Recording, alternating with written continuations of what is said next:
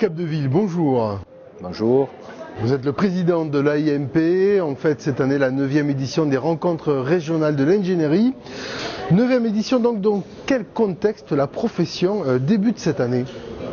Alors, on pourrait dire un contexte un petit peu plus favorable au sens où on sent que les projets bougent, il y a un peu plus de projets que ce qu'il y avait auparavant. Donc on va dire c'est le côté positif et qui nous permet d'avoir de l'espoir.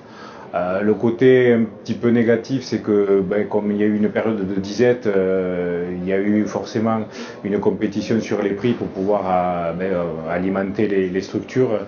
Et du coup, on est dans un contexte économique qui est quand même assez tendu à tous les niveaux. Et malgré ça, on se rend compte qu'on arrive à organiser une manifestation comme cette 9e rencontre qui est quand même fédère pas mal de personnes, pas mal de gens, des industriels qui sont toujours au rendez-vous ça faisait partie des choses qui nous inquiétaient un peu. Est-ce qu'on va arriver à remplir les stands? Et puis en fait c'est le cas, quoi. Donc malgré ce contexte tendu économique, les gens n'ont pas tendance à se refermer sur eux-mêmes, mais à continuer d'essayer de s'ouvrir et puis d'envisager de nouvelles voies de collaboration. Avec une édition qui ramène encore plus d'exposants que l'année dernière, 3 exposants de plus de mémoire. La thématique que l'on voit vraiment poindre à travers les débats et les discussions de cette édition 2017, ce sont les nouvelles technologies. Voilà, tout à fait. On est dans un contexte réglementaire, on va dire, en perpétuelle évolution et qui nous force quelque part du coup à innover pour prendre en compte toutes ces contraintes. Et dans ces contraintes-là, parce que le BIM, on peut dire que ça vient, c'est un aspect réglementaire qui s'oppose à nous, mais c'est quelque chose sur lequel l'ingénierie a décidé de le positiver, de le prendre à son compte de manière à le mettre en application, en place et de profiter de tous les avantages qu'il va pouvoir nous apporter. Donc effectivement, oui, on innove et on va dire c'est un peu dans l'essence de nos métiers, quoi. L'ingénierie, c'est d'essayer d'optimiser les choses, quoi, et l'innovation nous aide à optimiser et puis on optimise l'innovation.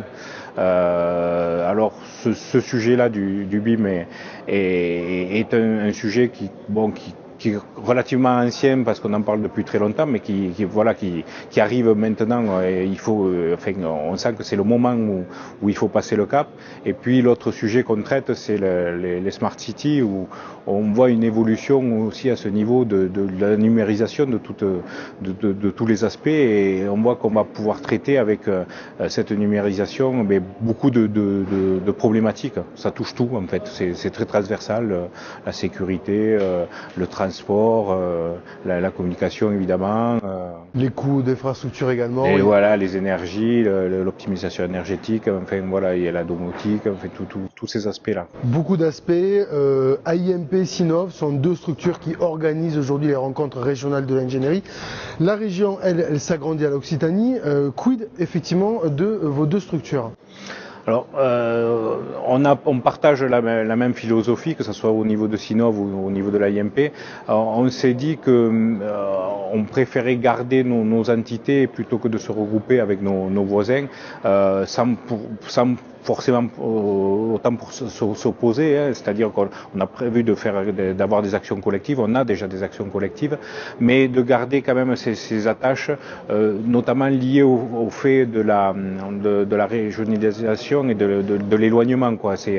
Pour prendre un exemple, on a beaucoup de mal à générer des animations en dehors de Toulouse, hein, en Midi-Pyrénées, parce que bon, c'est la ville pilote, et on a du mal à aller vers les départements un petit peu éloignés, et on a du mal à faire venir les gens de ces départements-là, et on s'est dit que si on agrandissait la région, on aggraverait cette situation-là, et ça risquait de nous faire perdre la dynamique qu'on a, hein. C'est-à-dire que plutôt que de nous tirer vers le haut, ça risquait de nous tirer vers le bas. Donc on a resté sur les 8 départements originels de Midi-Pyrénées. Tout à fait, et ça ne nous empêche pas d'organiser des manifestations ensemble, d'avoir des actions ensemble. Là aujourd'hui, j'en veux pour preuve que les les présidents des régions, de la région Languedoc-Roussillon, enfin de l'ex-Languedoc-Roussillon, sont présents, autant celui de Sinov que celui de l'AILR.